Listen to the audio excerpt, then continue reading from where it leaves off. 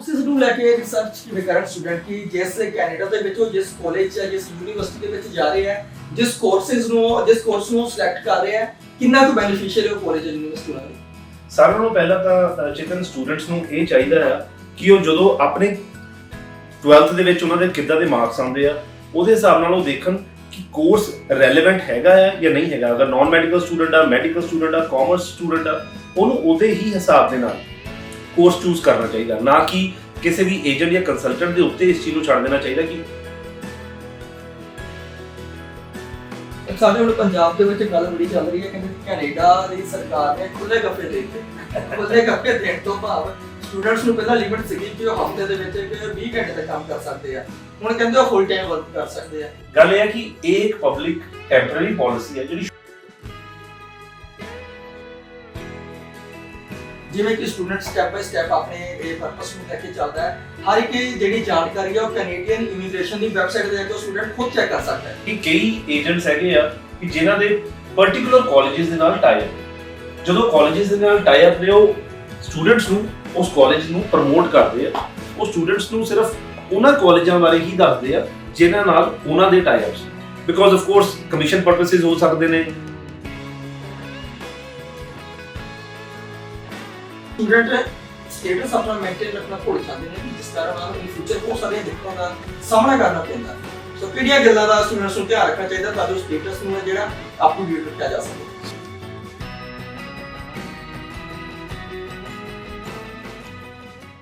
ਸਵਾਗਤ ਹੈ ਹੁਸ਼ਿਆਰਪੁਰ ਨਿਊਜ਼ ਦੇਖ ਰਹੇ तमाम ਦਰਸ਼ਕਾਂ ਦਾ। ਮੈਂ ਚੇਤਨ ਕਾਸ਼ਪ। ਸੋ ਅੱਜ ਦੀ ਇਹ ਇੰਟਰਵਿਊ ਉਹਨਾਂ ਵਿਦਿਆਰਥੀਆਂ ਲਈ ਬੇहद ਜ਼ਰੂਰੀ ਹੈ ਜੋ ਕੈਨੇਡਾ ਦੇ ਵਿੱਚ ਜਾ ਕੇ ਸਟੱਡੀ ਕਰਨਾ ਚਾਹੁੰਦੇ ਨੇ।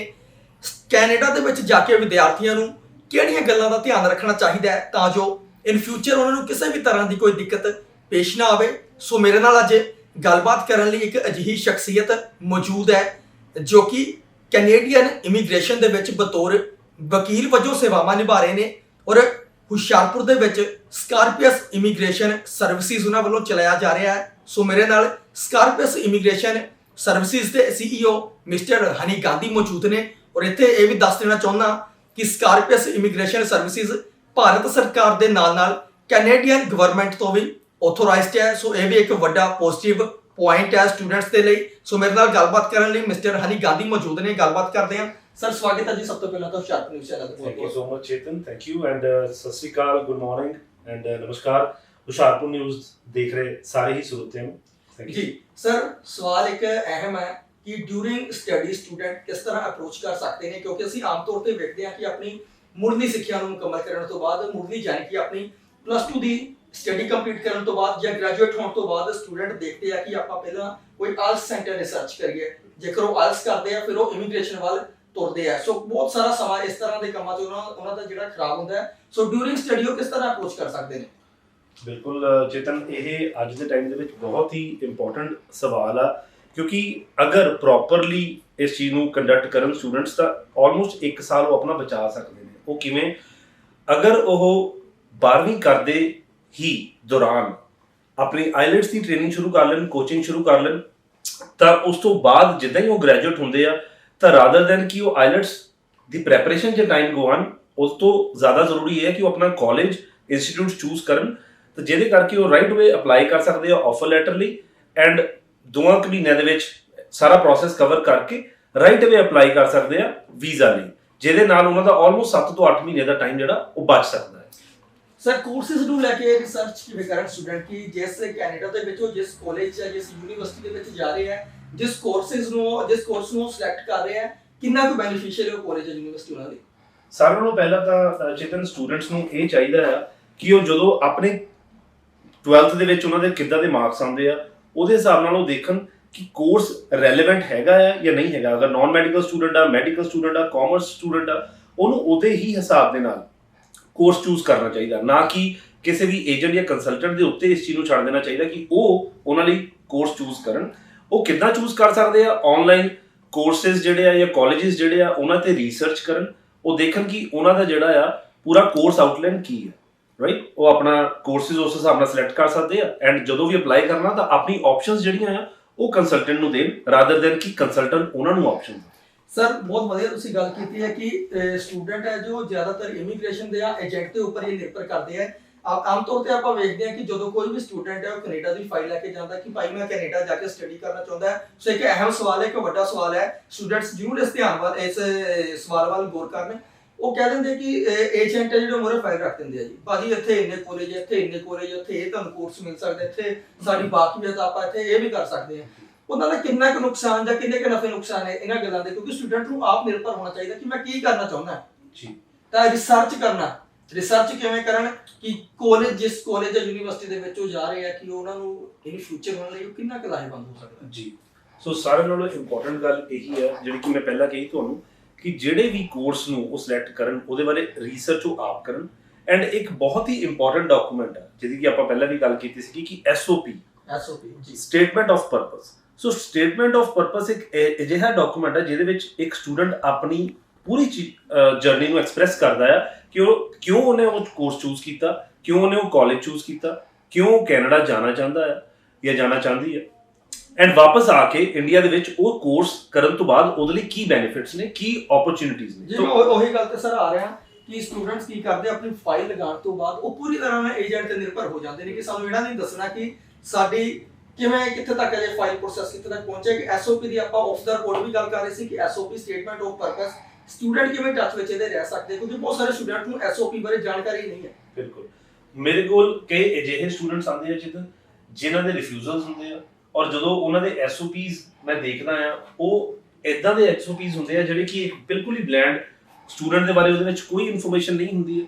ਐਂਡ ਜਿੱਦਾਂ ਕਿ ਏਜੰਟਸ ਕਈ ਇਦਾਂ ਕਰਦੇ ਆ ਕਿ ਕਾਪੀ ਪੇਸਟ ਕਰ ਦਿੰਦੇ ਆ ਐਂਡ ਉਹਦੇ ਵਿੱਚ ਸਟੂਡੈਂਟਸ ਬਾਰੇ ਕੋਈ ਵੀ ਡਿਟੇਲਸ ਨਹੀਂ ਹੁੰਦੀਆਂ। ਤੋ ਸਾਡਾ SOP ਕਰਨ ਦਾ ਤਰੀਕਾ, ਬਣਾਉਣ ਦਾ ਤਰੀਕਾ ਇਹ ਹੈ ਕਿ ਅਸੀਂ ਸਪੈਸੀਫਿਕਲੀ ਇੰਡੀਵਿਜੂਅਲੀ one-on-one ਸਟੂਡੈਂਟ ਦੇ ਨਾਲ ਇੰਟਰਵਿਊ ਕਰਦੇ ਹਾਂ ਔਰ ਜਾਣਦੇ ਹਾਂ ਕਿ ਸਟੂਡੈਂਟ ਦਾ ਆਉਣ ਵਾਲਾ ਜਿਹੜਾ ਫਿਊਚਰ ਪਲਾਨ ਉਹ ਕੀ ਹੈ। ਉਹਦੇ ਬੇਸਿਸ ਤੇ SOP ਬਣਦੇ ਆ, ਨਾ ਕਿ ਕਿਸੇ ਵੀ ਏਜੰਟ ਕੋਲ ਤੁਸੀਂ ਆਪਣਾ ਸਾਰਾ ਜਿਹੜਾ ਰੈਕਡ ਆ ਐਜ਼ ਇਟ ਇਜ਼ ਛੱਡ ਦਿੰਦੇ ਹੋ ਐਂਡ ਉਹਨਾਂ ਤੇ ਨਿਰਭਰ ਹੋ ਜਾਂਦੇ ਹੋ ਕਿ ਉਹ ਤੁਹਾਡੇ ਲਈ SOP ਵਗੈਰਾ ਰੈਡੀ ਕਰਨ। ਬਿਕੋਜ਼ SOP ਹੀ ਇੱਕ ਐਸਾ ਡਾਕੂਮੈਂਟ ਹੈ ਜਿਹਨੇ ਇਮੀਗ੍ਰੇਸ਼ਨ ਆਫਿਸਰ ਨੂੰ ਕਨਵਿੰਸ ਕਰਨਾ ਹੈ ਕਿ ਤੁਹਾਡਾ ਜਿਹੜਾ ਇਹ ਪਲਾਨ ਆ ਉਹ ਕਿੰਨਾ ਕੁ ਜੈਨੂਇਨ ਆ ਐਂਡ ਉਸ ਤੋਂ ਬਾਅਦ ਤੁਸੀਂ ਵਾਪਸ ਆ ਕੇ ਅੱਗੇ ਕਰਨਾ ਕੀ ਆ। ਔਰ ਆਫ ਕੋਰਸ ਜਿੰਨੇ ਵੀ ਸਟੂਡੈਂਟਸ ਆ, ਹਰ ਇੱਕ ਸਟੂਡੈਂਟ ਦਾ ਜਿਹੜਾ ਪਲਾਨ ਉਹ ਵੱਖਰਾ ਹੈ, ਤਾਂ ਉਹ ਸੇਮ ਤਾਂ ਨਹੀਂ ਹੋ ਸਕਦਾ। ਤੇ ਇਸ ਲਈ ਐਗਜ਼ੈਕਟਲੀ ਇਹੀ ਇਸ਼ੂ ਆ ਜਿਹਦੇ ਵਿੱਚ ਰਿਫਿਊਜ਼ਲਸ ਦੇ ਚਾਂਸਸ ਵੀ ਬਹੁਤ ਜ਼ਿਆਦਾ ਵੱਧ ਜਾਂਦੇ ਆ ਕਿ SOP is really important and ਉਹਦੇ ਤੇ ਸਟ੍ਰੈਸ ਦੇਣਾ ਬਹੁਤ ਹੀ ਇੰਪੋਰਟੈਂਟ ਆ ਹਰ ਇੱਕ ਇੰਡੀਵਿਜੂਅਲ ਸਟੂਡੈਂਟ। ਜੀ ਸਰ, ਇਹ ਵੀ ਹੈ ਕਿ ਜਿਸ ਕਾਲਜ ਜਾਂ ਯੂਨੀਵਰਸਿਟੀ ਦੇ ਵਿੱਚ ਸਟੂਡੈਂਟ ਜਾ ਰਿਹਾ ਹੈ, ਸਟੂਡੈਂਟ ਕਿਸ ਤਰ੍ਹਾਂ ਜਾਣਕਾਰੀ ਹਾਸਲ ਕਰ ਸਕਦਾ ਹੈ ਕਿ ਭਾਈ ਮੇਰੇ ਲਈ ਇਹ ਕਾਲਜ ਜਾਂ ਇਹ ਯੂਨੀਵਰਸਿਟੀ ਕਿੰਨੀ ਕੁ ਬੈਨੀਫੀਸ਼ੀਅਲ ਹੈ, ਕਿਉਂਕਿ ਇਨ ਫਿਊਚਰ ਕਿਉਂਕਿ ਓਬਵੀਅਸਲੀ ਸਟੱਡੀ ਕੰਪਲੀਟ ਕਰਨ ਤੋਂ ਬਾਅਦ ਸਟੂਡੈਂਟਸ ਦਾ ਅਗਲਾ ਪਰਪਸ ਜਿਹੜਾ ਹੁੰਦਾ ਉਹ PR ਨੂੰ ਲੈ ਕੇ ਹੁੰਦਾ ਹੈ। ਸੋ ਸਟੂਡੈਂਟ ਕਿਸ ਤਰ੍ਹਾਂ ਜਾਣਕਾਰੀ ਲੈ ਸਕਦਾ ਹੈ ਕਿ ਇਹ ਕਾਲਜ ਜਾਂ ਯੂਨੀਵਰਸਿਟੀ ਕਿੰਨੀ ਕੁ ਬੈਨੀਫੀਸ਼ੀਅਲ ਹੈ ਮੇਰੇ ਲਈ। ਬਿਲਕੁਲ, ਐਂਡ ਇਹ ਆਪਣੇ ਆਪ ਦੇ ਵਿੱਚ ਅਗੇਨ ਦਿਸ ਇਜ਼ ਸਮਥਿੰਗ ਜਿਹਦੀ ਕਿ ਨੌਲੇਜ ਸਾਰਿਆਂ ਕੋਲ ਹੋਣੀ ਜ਼ਰੂਰੀ ਹੈ, ਚਾਹੇ ਉਹ ਸਟੂਡੈਂਟਸ ਆ, ਚਾਹੇ ਉਹਨਾਂ ਦੇ ਪੇਰੈਂਟਸ ਆ, ਚਾਹੇ ਉਹਨਾਂ ਦੇ ਅੱਗੇ ਕੋਈ ਵੀ ਨੋਨ।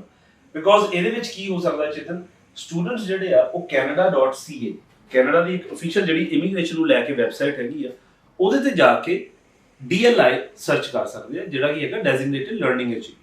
ਸੋ ਜਦੋਂ DLI ਸਿਲੈਕਟ ਕਰਦੇ ਆ ਉਹ ਦੇਖਦੇ ਆ ਕਿ ਉਸ ਪਾਰਟਿਕੂਲਰ ਕਾਲਜ ਦੇ ਬਾਰੇ ਇਨਫੋਰਮੇਸ਼ਨ ਲੈਂਦੇ ਆ। ਹੁਣ ਅਗਰ ਮੈਂ ਓਨਟਾਰੀਓ ਦੀ ਸਿਰਫ ਗੱਲ ਕਰਾਂ, ਉਹਦੇ ਵਿੱਚ ਆਲਮੋਸਟ 512 ਕਾਲਜਸ ਨੇ ਸਿਰਫ ਓਨਟਾਰੀਓ ਪ੍ਰੋਵਿੰਸ ਦੇ ਵਿੱਚ ਜੀ। ਉਹਦੇ ਵਿੱਚੋਂ ਜਦੋਂ ਤੁਸੀਂ canada.ca ਤੇ ਜਾ ਕੇ ਇਹ ਚੈੱਕ ਕਰਦੇ ਹੋ ਕਿ ਇਹ ਜਿਹੜੀ ਇੰਸਟੀਟਿਊਟ ਹੈਗਾ ਹੈ DLI ਦਾ ਨੰਬਰ ਹੈਗਾ ਆ, ਉਸ ਤੋਂ ਬਾਅਦ PGWP ਜਿਹੜਾ ਕਿ ਬਹੁਤ ਹੀ ਇੱਕ ਇੰਪੋਰਟੈਂਟ ਚੀਜ਼ ਆ, ਪੋਸਟ ਗ੍ਰੈਜੂਏਸ਼ਨ ਵਰਕ ਪਰਮਿਟ, ਉਹ ਸਟੂਡੈਂਟ ਜਿਹੜਾ ਉਹ ਗ੍ਰੈਜੂਏਸ਼ਨ ਹੋਣ ਤੋਂ ਬਾਅਦ ਅਪਲਾਈ ਕਰਦਾ ਔਰ ਉਸ ਤੋਂ ਬਾਅਦ ਪੋਸਟ ਗ੍ਰੈਜੂਏਸ਼ਨ ਵਰਕ ਪਰਮਿਟ ਤੇ ਕੰਮ ਕਰਕੇ ਆਲਮੋਸਟ 1 ਸਾਲ ਕੈਨੇਡੀਅਨ ਐਕਸਪੀਰੀਅੰਸ ਕਲਾਸ ਜਿਹੜਾ ਕਿ CEC ਕੈਟਾਗਰੀ ਆ ਉਹਦੇ ਵਿੱਚ ਉਹ PR ਅਪਲਾਈ ਕਰ ਸਕਦੇ ਨੇ। ਸੋ ਇਹ ਐਲੀਜੀਬਿਲਿਟੀ ਜਿਹੜਾ ਇਹ ਰਾਊਟ ਆ, ਪੂਰਾ ਰਾਊਟ ਸ਼ੁਰੂ ਤੋਂ ਹੀ ਇੱਕ ਬਹੁਤ ਹੀ ਇੰਪੋਰਟੈਂਟ ਸਟੈਪ ਆ, ਜਿਹੜਾ ਕਿ ਆਪਾਂ ਬੇਸਿਕਸ ਸ਼ੁਰੂ ਤੋਂ ਹੀ ਆਪਾਂ ਉਹਦਾ ਬੇਸ ਉਸ ਹਿਸਾਬ ਨਾਲ ਰੱਖੀਏ ਤਾਂ ਕਿ ਕੱਲ ਨੂੰ ਸਾਨੂੰ ਆ ਕੇ ਪ੍ਰੋਬਲਮ ਨਾ ਹੋਵੇ। PGWP ਜਿਹੜਾ ਆ ਆਪਾਂ ਦੇਖ ਸਕਦੇ ਹਾਂ ਕਿ ਜਦੋਂ ਆਪਾਂ canada.ca ਤੇ ਜਾ ਕੇ ਚੈੱਕ ਕਰਦੇ ਹਾਂ ਕਿ ਫਲਾਣਾ ਕਾਲਜ ਜਿਹੜਾ ਹੈਗਾ ਆ ਉਹ PGWP ਪ੍ਰੋਵਾਈਡ ਕਰ ਰਿਹਾ ਹੈ ਜਾਂ ਨਹੀਂ ਕਰ ਰਿਹਾ, ਜਾਂ ਤੁਹਾਨੂੰ ਕੋਈ ਵੀ ਏਜੰਟ ਅਗਰ ਕੋਈ ਕਾਲਜ ਪ੍ਰੋਵਾਈਡ ਕਰ ਰਿਹਾ, ਤੁਸੀਂ canada.ca ਤੇ ਜਾ ਕੇ ਉਹ ਚੈੱਕ ਕਰ ਸਕਦੇ ਹੋ ਕਿ ਉਹ ਕਾਲਜ ਜਿਹੜਾ ਹੈ ਤੁਹਾਨੂੰ PGWP ਦੇ ਰਿਹਾ ਹੈ ਜਾਂ ਨਹੀਂ ਦੇ ਰਿਹਾ। ਬਿਕੋਜ਼ ਅਗਰ ਉਹ ਨਹੀਂ ਦੇ ਰਿਹਾ ਦੈਟ ਮੀਨਸ ਤੁਸੀਂ ਉਹ 1 ਸਾਲ ਪੜ੍ਹਾਈ ਕਰਕੇ ਤੁਸੀਂ ਵਰਕ ਪਰਮਿਟ ਨਹੀਂ ਅਪਲਾਈ ਕਰ ਸਕਦੇ। ਮਤਲਬ ਕਿ ਕਹਿਣ ਦੇ ਮੁਤਾਬਿਕ ਕਿ ਹਰ ਇੱਕ ਜਿਵੇਂ ਕਿ ਸਟੂਡੈਂਟ ਸਟੈਪ ਬਾਈ ਸਟੈਪ ਆਪਣੇ ਇਹ ਪਰਪਸ ਨੂੰ ਲੈ ਕੇ ਚੱਲਦਾ ਹੈ। ਹਰ ਇੱਕ ਜਿਹੜੀ ਜਾਣਕਾਰੀ ਹੈ ਉਹ ਕੈਨੇਡੀਅਨ ਇਮੀਗ੍ਰੇਸ਼ਨ ਦੀ ਵੈਬਸਾਈਟ ਤੇ ਜਾ ਕੇ ਉਹ ਸਟੂਡੈਂਟ ਖੁਦ ਚੈੱਕ ਕਰ ਸਕਦਾ ਹੈ। ਬਿਲਕੁਲ ਜੀ। ਸੋ ਇਹੀ ਗੱਲਾਂ ਜਿਹੜੀਆਂ ਏਜੰਟ ਵੱਲੋਂ ਜਾਂ ਇਮੀਗ੍ਰੇਸ਼ਨ ਵੱਲੋਂ ਖੁੱਲ ਕੇ ਨਹੀਂ ਦੱਸੀਆਂ ਜਾਂਦੀ, ਉਹਦੇ ਵਿੱਚ ਕੀ ਕਾਰਨ ਮੰਨਦੇ ਹੋ ਤੁਸੀਂ? ਉਹਦੇ ਪਿੱਛੇ ਇਹੀ ਕਾਰਨ ਚੇਤਨ, ਕਿਉਂਕਿ ਕਈ ਏਜੰਟਸ ਹੈਗੇ ਆ ਕਿ ਜਿਨ੍ਹਾਂ ਦੇ ਪਾਰਟਿਕੂਲਰ ਕਾਲਜਸ ਦੇ ਨਾਲ ਟਾਈ ਅਪ, ਜਦੋਂ ਕਾਲਜਸ ਦੇ ਨਾਲ ਟਾਈ ਅਪ ਨੇ ਉਹ ਸਟੂਡੈਂਟਸ ਨੂੰ ਉਸ ਕਾਲਜ ਨੂੰ ਪ੍ਰਮੋਟ ਕਰਦੇ ਆ, ਉਹ ਸਟੂਡੈਂਟਸ ਨੂੰ ਸਿਰਫ ਉਹਨਾਂ ਕਾਲਜਾਂ ਬਾਰੇ ਹੀ ਦੱਸਦੇ ਆ ਜਿਨ੍ਹਾਂ ਨਾਲ ਉਹਨਾਂ ਦੇ ਟਾਈ ਅਪਸ ਨੇ, because of course commission purposes ਹੋ ਸਕਦੇ ਨੇ ਜਾਂ ਅੱਗੇ ਟਾਈ ਅਪ ਪਰਪਸਿਸ ਹੋ ਸਕਦੇ ਨੇ। I'm not gonna say much about it, but students ਕੋਲ ਪੂਰੀ ਅਵੇਲੇਬਿਲਿਟੀ ਹੈਗੀ ਆ, ਪੂਰਾ ਉਹਨਾਂ ਕੋਲ ਉਸ ਚੀਜ਼ ਦਾ ਇਨਫੋਰਮੇਸ਼ਨ ਜਿਹੜੀ ਹੈਗੀ ਆ ਉਹ ਰਾਈਟ ਅਵੇ ਆਨਲਾਈਨ canada.ca ਤੇ ਅਵੇਲੇਬਲ ਆ। ਐਂਡ ਉਹਨਾਂ ਦਾ ਹੱਕ ਵੀ ਬਣਦਾ ਹੈ ਬਿਕੋਜ਼ ਉਹਨਾਂ ਦੀ ਜਰਨੀ ਆ, ਉਹਨਾਂ ਦਾ ਅੱਗੇ ਫਿਊਚਰ ਆ, ਰਾਈਟ। ਸੋ ਉਹਨਾਂ ਨੂੰ ਜਿਹੜਾ ਉਸ ਚੀਜ਼ ਬਾਰੇ ਨੌਲੇਜ ਹੋਣੀ ਬਹੁਤ ਹੀ ਇੰਪੋਰਟੈਂਟ ਆ। ਤੋ ਇਸੇ ਲਈ ਸਕੋਰਪੀਅਸ ਇਮੀਗ੍ਰੇਸ਼ਨ ਤੇ including me and my team, ਸਾਡੀ ਕੋਸ਼ਿਸ਼ ਇਹ ਰਹਿੰਦੀ ਕਿ ਜਿਹੜੀ ਸਾਡੀ ਸਰਵਿਸਿਜ਼ ਉਹ ਟਰਾਂਸਪੇਰੈਂਟ ਰਹਿਣ, ਔਰ ਸ਼ੁਰੂ ਦਿਨ ਤੋਂ ਲੈ ਕੇ ਜਿੱਦਾਂ ਤੋਂ ਕਾਲਜ ਦਾ ਕੋਰਸ ਵੀ ਚੂਜ਼ ਕਰਨਾ ਹੈ ਉਹ ਵੀ ਅਸੀਂ ਸਟੂਡੈਂਟ ਦੇ ਮੋਹਰੇ ਹੀ ਕਰਦੇ ਹਾਂ, ਨਾ ਕਿ ਅਸੀਂ ਉਹਨਾਂ ਨੂੰ ਆਪ ਆਈਡੀਆਜ਼ ਦਿੰਦੇ ਆ ਜਾਂ ਕੁਝ ਦਿੰਦੇ, ਬਟ ਇਵੈਂਚੁਅਲੀ ਜਿਹੜੀ ਚੋਇਸ ਆ ਉਹ ਸਟੂਡੈਂਟ ਦੀ ਹੀ। ਇੱਕ ਸਾਡੇ ਹੁਣ ਪੰਜਾਬ ਦੇ ਵਿੱਚ ਗੱਲ ਬੜੀ ਚੱਲ ਰਹੀ ਹੈ, ਕਹਿੰਦੇ ਜੀ ਕੈਨੇਡਾ ਦੀ ਸਰਕਾਰ ਨੇ ਖੁੱਲੇ ਗੱਫੇ ਦੇ ਦਿੱਤੇ। ਖੁੱਲੇ ਗੱਫੇ ਦੇਣ ਤੋਂ ਭਾਵ ਸਟੂਡੈਂਟਸ ਨੂੰ ਪਹਿਲਾਂ ਲਿਮਿਟ ਸੀਗੀ ਕਿ ਉਹ ਹਫ਼ਤੇ ਦੇ ਵਿੱਚ 20 ਘੰਟੇ ਤੱਕ ਕੰਮ ਕਰ ਸਕਦੇ ਆ, ਹੁਣ ਕਹਿੰਦੇ ਉਹ ਫੁੱਲ ਟਾਈਮ ਵਰਕ ਕਰ ਸਕਦੇ ਆ। ਬਹੁਤ ਸਾਰੇ ਕਹਿੰਦੇ ਆ ਕਿ ਟਾਈਮ ਪੀਰੀਅਡ ਇਹਦੇ ਵਿੱਚ ਕੈਨੇਡਾ ਨੇ ਪਤਾ ਨਹੀਂ 5-7 ਮਹੀਨੇ ਚਲਾਣਾ ਕਿ ਸਾਲ ਇੱਕ ਚਲਾਣਾ, 2 ਸਾਲ ਚਲਾਣਾ, ਪਰ ਬਹੁਤ ਸਾਰੇ ਜਿਹੜੀ ਆਬਾਦੀ ਇੱਕ ਗਿਣਤੀ ਆ, ਬਹੁ ਗਿਣਤੀ ਅਜਿਹੇ ਸਟੂਡੈਂਟਸ ਦੀ ਜਾਂ ਅਜਿਹੇ ਲੋਕਾਂ ਦੀ, ਉਹ ਕਹਿੰਦੇ ਨੇ ਕਿ ਹਮੇਸ਼ਾ ਲਈ ਖੁੱਲਾ ਰਹਿਣਾ। ਕਿੰਨੀ ਕੁ ਸੱਚਾਈ ਹੈ ਇਹਦੇ ਵਿੱਚ ਵੀ? ਲੋਕ ਇੱਕ ਕਹਿ ਲਓ ਕਿ ਭੰਬਰ ਭੂਸੇ ਵਾਲੀ ਸਥਿਤੀ ਚ ਪੈ ਗਏ ਨੇ। ਜਿੰਨੇ ਤੁਹਾਡੀ ਗੱਲ ਬਿਲਕੁਲ ਸਹੀ ਹੈ ਚੇਤਨ। ਗੱਲ ਇਹ ਹੈ ਕਿ ਇਹ ਇੱਕ ਪਬਲਿਕ ਟੈਂਪਰੇਰੀ ਪਾਲਿਸੀ ਹੈ ਜਿਹੜੀ ਸ਼ੌਨ ਫਰੇਜ਼ਰ ਸਾਡੇ ਮਿਨਿਸਟਰ ਹੈ ਉਹਨਾਂ ਨੇ ਇਹ ਲਾਗੂ ਕੀਤੀ ਹੈ। ਇਸ ਨਵੰਬਰ 16 ਤੋਂ ਹੀ ਲੈ ਕੇ ਅਗਲੇ ਸਾਲ ਦਸੰਬਰ ਤੱਕ ਇਹ ਜਿਹੜੇ ਓਪਨ ਕੀਤਾ ਗਿਆ ਹੈ ਕਿ ਜਿਹੜਾ ਸਟੂਡੈਂਟ ਆ ਉਹ ਫੁੱਲ ਟਾਈਮ ਕੰਮ ਕਰ ਸਕਦਾ ਹੈ। ਹੋ ਸਕਦਾ ਹੈ ਪਾਲਿਸੀ ਐਕਸਟੈਂਡ ਕੀਤੀ ਜਾਵੇ, but we don't have any information, ਉਹਦੇ ਬਾਰੇ ਹਲੇ ਸਾਡੇ ਕੋਲ ਇਨਫੋਰਮੇਸ਼ਨ ਨਹੀਂ ਹੈਗੀ, ਬਟ ਫਿਲਹਾਲ ਇਹ ਅਗਲੇ ਸਾਲ ਦਸੰਬਰ ਤੱਕ ਆ। ਔਰ ਪਹਿਲਾਂ ਕੀ ਹੁੰਦਾ ਸੀਗਾ, ਜਿਹੜਾ ਸਟੂਡੈਂਟ ਆ ਉਹ 20 ਘੰਟੇ ਕੰਮ ਕਰ ਸਕਦਾ ਸੀ ਅਗਰ ਉਹ ਫੁੱਲ ਟਾਈਮ ਪੜ੍ਹਾਈ ਕਰ ਰਿਹਾ, ਔਰ ਅਗਰ ਉਹ ਸਕੈਜੂਲਡ ਬ੍ਰੇਕ ਦੇ ਵਿੱਚ ਤਾਂ ਉਹ ਫੁੱਲ ਟਾਈਮ ਜਿਹੜਾ ਕੰਮ ਕਰ ਸਕਦਾ ਹੈ, ਬਟ ਜਿਹੜਾ ਸਟੱਡੀ ਦੇ ਦੌਰਾਨ ਉਹ ਸਿਰਫ 20 ਆਵਰਸ ਕੰਮ ਕਰ ਸਕਦਾ। ਮਤਲਬ ਕਿ ਫਿਲਹਾਲ ਦੀ ਘੜੀ 1 ਸਾਲ ਲਈ ਹੈ ਜਿਹੜੀ ਇਹ ਸਕੀਮ ਹੈ ਚੱਲ ਰਹੀ ਹੈ ਕੈਨੇਡਾ ਸਰਕਾਰ ਦੀ। ਪਬਲਿਕ ਪਾਲਿਸੀ ਹੈ ਜਿਹੜੀ ਉਹਨਾਂ ਨੇ ਰਿਲੀਜ਼ ਕੀਤੀ ਹੈ just because to cover labour ਸ਼ਾਰਟੇਜਸ।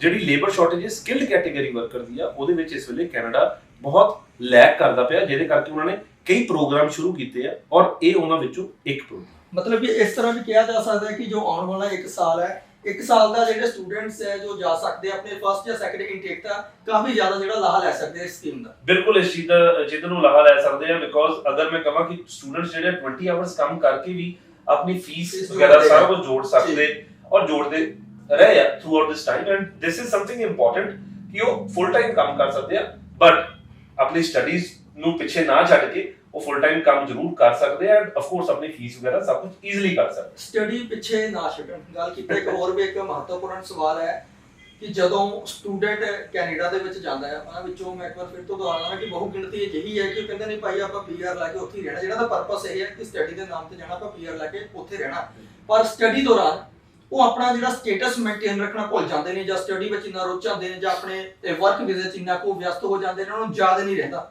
In future ਉਹਨਾਂ ਨੂੰ ਫਿਰ ਪੁਆਇੰਟਸ ਨੂੰ ਲੈ ਕੇ ਜੋ ਕੋਈ ਪੀਆਰ ਹੋਣਾ ਹੁੰਦਾ, ਕਹਿੰਦੇ ਪੁਆਇੰਟਸ ਬਹੁਤ ਉੱਥੇ ਮਤਲਬ ਕਿ ਉਹਨਾਂ ਦਾ ਬਹੁਤ ਜ਼ਿਆਦਾ ਮਹੱਤਵ ਹੈ।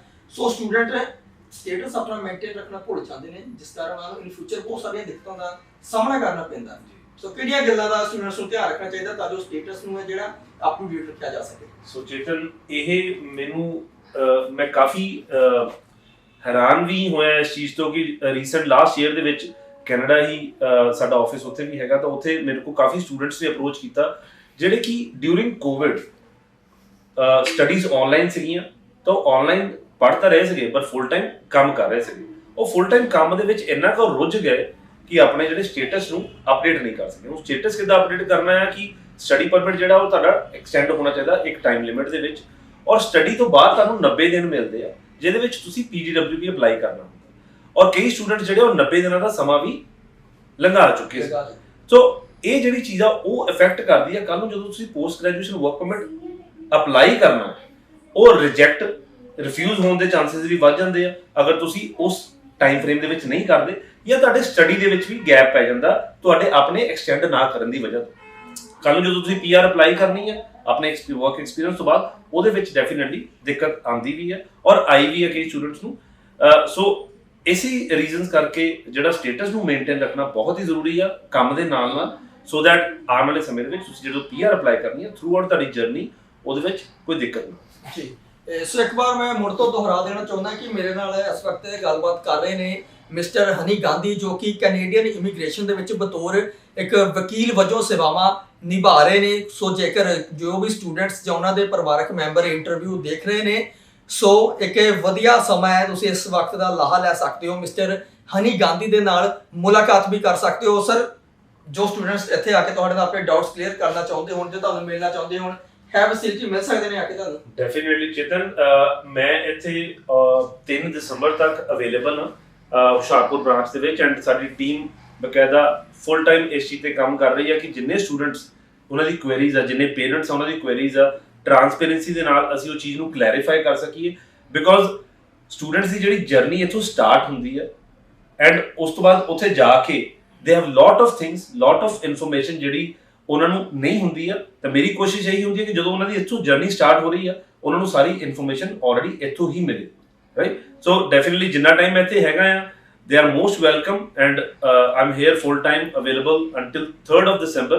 so ਜਦੋਂ ਮਰਜ਼ੀ ਤੁਸੀਂ ਆ ਕੇ ਅਪਾਇੰਟਮੈਂਟ ਲੈ ਕੇ ਮੇਰੇ ਆਫਿਸ ਦੇ ਵਿੱਚ ਆਪਾਂ ਇਸ ਚੀਜ਼ ਨੂੰ ਕਲੈਰੀਫਾਈ ਕਰ ਸਕਦੇ ਹਾਂ, ਜਿਹੜੇ ਵੀ ਤੁਹਾਡੇ ਡਾਊਟਸ ਹੈ। ਠੀਕ ਹੈ, ਬਹੁਤ ਬਹੁਤ ਧੰਨਵਾਦ ਜੀ। ਸੋ ਐਸਾ ਮਿਸਟਰ ਹਨੀ ਗਾਂਧੀ ਜਿਨ੍ਹਾਂ ਨਾਲ ਗੱਲਬਾਤ ਕੀਤੀ ਗਈ ਹੈ। ਸੋ ਸਟੂਡੈਂਟਸ ਨੂੰ ਕਿਹਨਾਂ ਗੱਲਾਂ ਦਾ ਧਿਆਨ ਰੱਖਣਾ ਚਾਹੀਦਾ ਹੈ ਕੈਨੇਡਾ ਦੇ ਵਿੱਚ ਜੋ ਸਟੱਡੀ ਕਰਨ ਚਾਹੁੰਦੇ ਨੇ, ਸੋ ਉਸ ਬਾਬਤ ਉਹਨਾਂ ਨਾਲ ਗੱਲਬਾਤ ਕੀਤੀ ਗਈ ਹੈ। ਸੋ ਬਹੁਤ ਵਧੀਆ ਤਰੀਕੇ ਦੇ ਨਾਲ ਸਪਸ਼ਟ ਸ਼ਬਦਾਂ ਦੇ ਵਿੱਚ ਉਹਨਾਂ ਵੱਲੋਂ ਜਿਹੜੇ ਜਵਾਬ ਦਿੱਤੇ ਗਏ ਨੇ, ਜਾਣਕਾਰੀ ਦਿੱਤੀ ਗਈ ਹੈ। ਸੋ ਆਉਣ ਵਾਲੇ ਸਮੇਂ 'ਚ ਹੋਰ ਵੀ ਹੁਸ਼ਿਆਰਪੁਰ ਨਿਊਜ਼ ਵੱਲੋਂ ਮਿਸਟਰ ਹਨੀ ਗਾਂਧੀ ਦੇ ਨਾਲ ਇੰਟਰਵਿਊਜ਼ ਕੀਤੀਆਂ ਜਾਣਗੀਆਂ। ਸੋ ਸਾਡੀ ਨੈਕਸਟ ਇੰਟਰਵਿਊ ਜਿਹੜੀ ਹੋਵੇਗੀ ਉਹ ਰਿਫਿਊਜ਼ਲ ਨੂੰ ਲੈ ਕੇ ਹੋਵੇਗੀ, ਕਿਉਂਕਿ ਬਹੁਤ ਸਾਰੇ ਪੰਜਾਬ ਦੇ ਏਜੰਟਸ ਕਹਿੰਦੇ ਆ ਕਿ ਜਿਹਨਾਂ ਦਾ ਭਾਈ 1 ਵਾਰੀ 2 ਵਾਰੀ 3 ਵਾਰੀ ਵੀਜ਼ਾ ਜਿਹੜਾ ਰਿਫਿਊਜ਼ ਹੋ ਚੁੱਕਿਆ ਉਹ ਸਾਡੇ ਨਾਲ ਆ ਕੇ ਗੱਲ ਕਰ ਸਕਦੇ ਨੇ। ਅਸੀਂ ਸ਼ੋਰਟੀ ਦਿੰਦੇ 101% ਉਹਨਾਂ ਦਾ ਵੀਜ਼ਾ ਲਗਵਾ ਕੇ ਦੇਵਾਂਗੇ। ਸੋ ਅਗਲਾ ਵਿਸ਼ਾ ਜਿਹੜਾ ਇਸ ਵਿਸ਼ੇ ਤੇ ਆਪਾਂ ਮਿਸਟਰ ਹਨੀ ਗਾਂਧੀ ਦੇ ਨਾਲ ਗੱਲਬਾਤ ਕਰਾਂਗੇ। ਸੋ ਬਹੁਤ ਬਹੁਤ ਧੰਨਵਾਦ, ਜੁੜੇ ਰਹੋ ਹੁਸ਼ਿਆਰਪੁਰ ਨਿਊਜ਼ ਦੇ ਨਾਲ।